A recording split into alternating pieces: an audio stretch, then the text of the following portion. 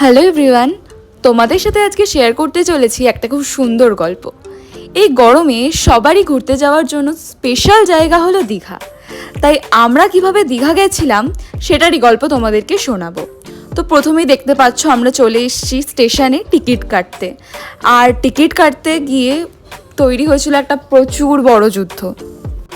সমস্ত ট্রেনেই ticket book হয়ে যাওয়ার কারণে লাস্টে আমরা কান্ডারিতে টিকিট পেয়েছিলাম। আর দেখো আমরা কিন্তু বেরিয়ে পড়েছি সবাই মিলে, একসাথে আমরা যাচ্ছি আজকে দীঘা। আমরা গেছিলাম কিন্তু হাওড়া দীঘা কান্ডারি এক্সপ্রেসে করে। আর সব থেকে মজার বিষয় হলো আমরা বাড়ির থেকেই রান্না করে নিয়ে গেছিলাম।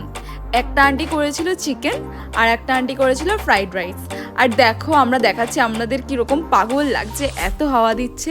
আর দেখো আমরা কিন্তু বনগা লোকাল ধরে প্রথমে চলে এসেছিলাম দমদম, এবং সেখান থেকে মেট্রো ধরে ফার্স্টে এসেছি আমরা এক্সপ্ল্যানেড, এবং তারপরে গ্রিন লাইনের মেট্রো ধরে আমরা চলে এসেছি হাওড়া মেট্রো স্টেশনে। আর হাওড়া মেট্রো স্টেশনে যেতেই আমরা কিন্তু গেছিলাম গঙ্গার নিচে দিয়ে। এটা ছিল একটা আলাদাই এক্সপিরিয়েন্স। তো চলো যাওয়া যাক। সো এবারে আমরা কিন্তু হাওড়া মেট্রোতে ওঠার জন্য চলে এসেছি। আর দেখো ফাইনালি আমরা মেট্রোতে উঠে পড়েছি। আর এই যে সেই মুহূর্ত যেখানে আমরা গঙ্গার তলা থেকে যাচ্ছিলাম, জাস্ট অসাধারণ লাগছিল। মেট্রোর মধ্যে অ্যানাউন্স করছিল, খুব সুন্দর লাগছিল।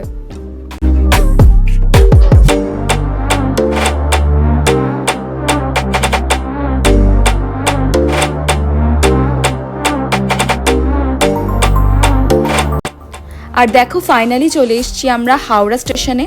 আর আমাদের ট্রেন ছিল 3:05। আসলে তাম্রলিপ্ত এক্সপ্রেস যেটা দীঘার থেকে হাওড়াতে ঢোকে, সেটাই আবার 3:05 কান্ডারি এক্সপ্রেস হয়ে আবার দীঘা যায়।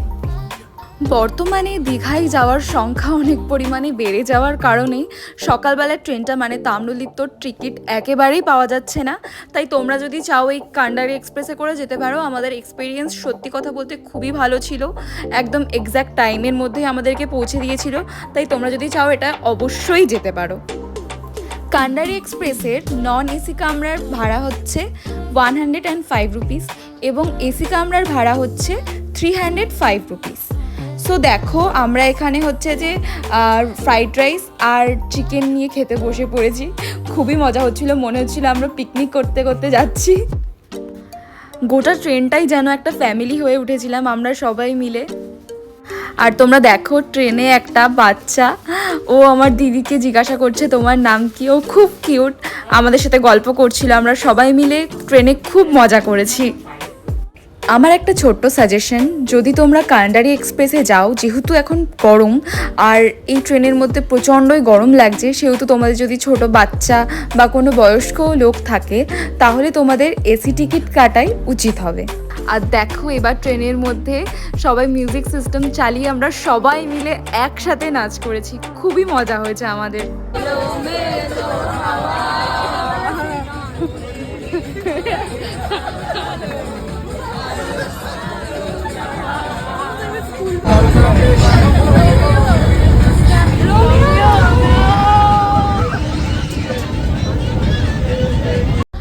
অনেকক্ষণ ট্রেনে আমরা ডান্স করার পর ফাইনালি এবার আমাদের দীঘা পৌঁছানোর পালা। আমরা তো খুব এক্সাইটেড। আমরা প্রথম দিন থাকবো ওল্ড দীঘাতে রাজসোনিয়া হোটেলে।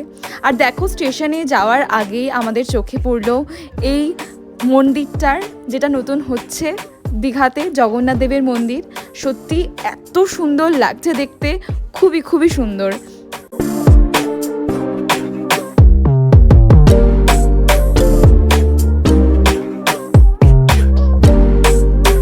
এবার ফাইনালি আমরা সবাই ফ্রেশ হওয়ার পর আমাদের হোটেল থেকে বেরিয়ে যাচ্ছি ওল্ড দীঘার সি বিচে, এবং সেখানে গিয়ে আমরা একটু মার্কেটেও ঘুরবো। তো চলো আমরা যাই। তোমরা সবাই কমেন্ট করে জানিও আমাদের দেখতে কেমন লাগছে।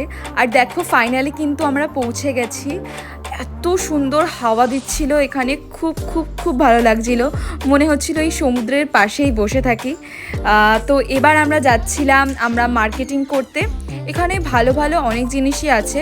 আমরা কি কি কিনেছি সেটা পরের ভ্লগে দেখিয়ে দেবো। তো দেখো, কিন্তু এখানে একটাই যেটা সমস্যা সেটা হচ্ছে প্রচণ্ড মাছের গন্ধ লাগে, যেটা আমার একদমই ভালো লাগে না। আর দেখো এখানে অনেক কার রয়েছে যেগুলো ছোটো বাচ্চারা চড়তে পারবে। এবার চলো, আমরা ফাইনালি একটা দোকান থেকে সফটি কিনেছি, যেটাও খুব ভালো ছিল। এটার প্রাইস ছিল 30 টাকা করে, আর আমরা নিয়েছিলাম ভ্যানিলা আর চকলেট মিক্স ফ্লেভার। তো এখানে কিছুক্ষণ থাকার পর আমরা একটুখানি নিচে নেমে গেছিলাম, সমুদ্রের কাছে গেছিলাম। আর জানো না, পুরো ভিজে আমরা চলে এসেছিলাম ওখান থেকে। দেখো এখানে একটা ছোট্ট বাচ্চা, ও কানেরটা বিক্রি করছিল, আর আমরা ওর সাথে অনেক মজা করেছি। শোনো ও কি বলছে।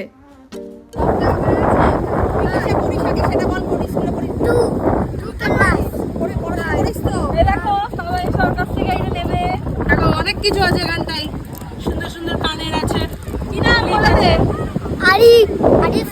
এবার গোল, এবার ঘুরবে, এবার ঘুরবে। না, তোকে ঘুরতে হবে। তুই বলবি, তুই বল এটা কি বল। ওয়ান বল, তারপরে থ্রি, তারপরে থ্রির পরে কি? না বললে নেবো না কিন্তু। না, চুপ কর। থ্রির পরে কি হয়? টুতে বাচ্চা তো ভাই। হ্যাঁ,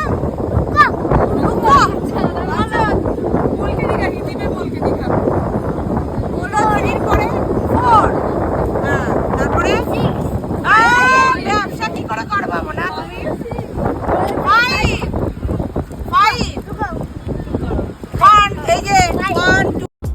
ও অনেকটাই ছোট ছিল, ওর ওই ব্যবসার যেই থালাটা সেটা আমাদের কাছে দিয়েই চলে যাচ্ছিল ঘুরতে। আর বারবার মাঝখানে এসে এসে বলছিল এই চুরি করে নেবে আমার, তাই এইসব চুরি করে নেবে, এইসব নিয়ে তারপর আবার চলে যাচ্ছে। ও ঠিক করে এখনও গুনতেই শেখেনি, কিন্তু যাই হোক আমরা ওর কাছ থেকে অনেকগুলো কানেরটা কিনেছি আর খুব মজা করেছি।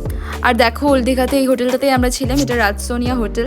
এখানে একদিন আমাদের এসি রুমের ভাড়া নিয়েছিল 1700 টাকা, এবং তার সাথে জিএসটি 200 টাকা দিয়ে এই হোটেলটা মোটামুটি খুব ভালোই ছিল। আর ফাইনালি আমরা এখন সমুদ্রের কাছ থেকে চলে এসেছি, আর আমার মা লেট করে আসছে, মায়ের কাছে রয়েছে ঘরে চাবি, তাই আমরা একটু রেগেই দাঁড়িয়ে এসেছি। তো চলো এবার যাওয়া যাক রুমে, আমরা প্রচণ্ডই ক্লান্ত। আর আসার সময় মারা নিয়ে চলে এসেছিলো রুমালি রুটি, চানা আর হচ্ছে যে তড়কা, যেটা খেতে খুব খুব খুব টেস্টি ছিল। মোট 200 টাকা। সো এভাবেই কাটলো আমাদের আজকের দিনটা।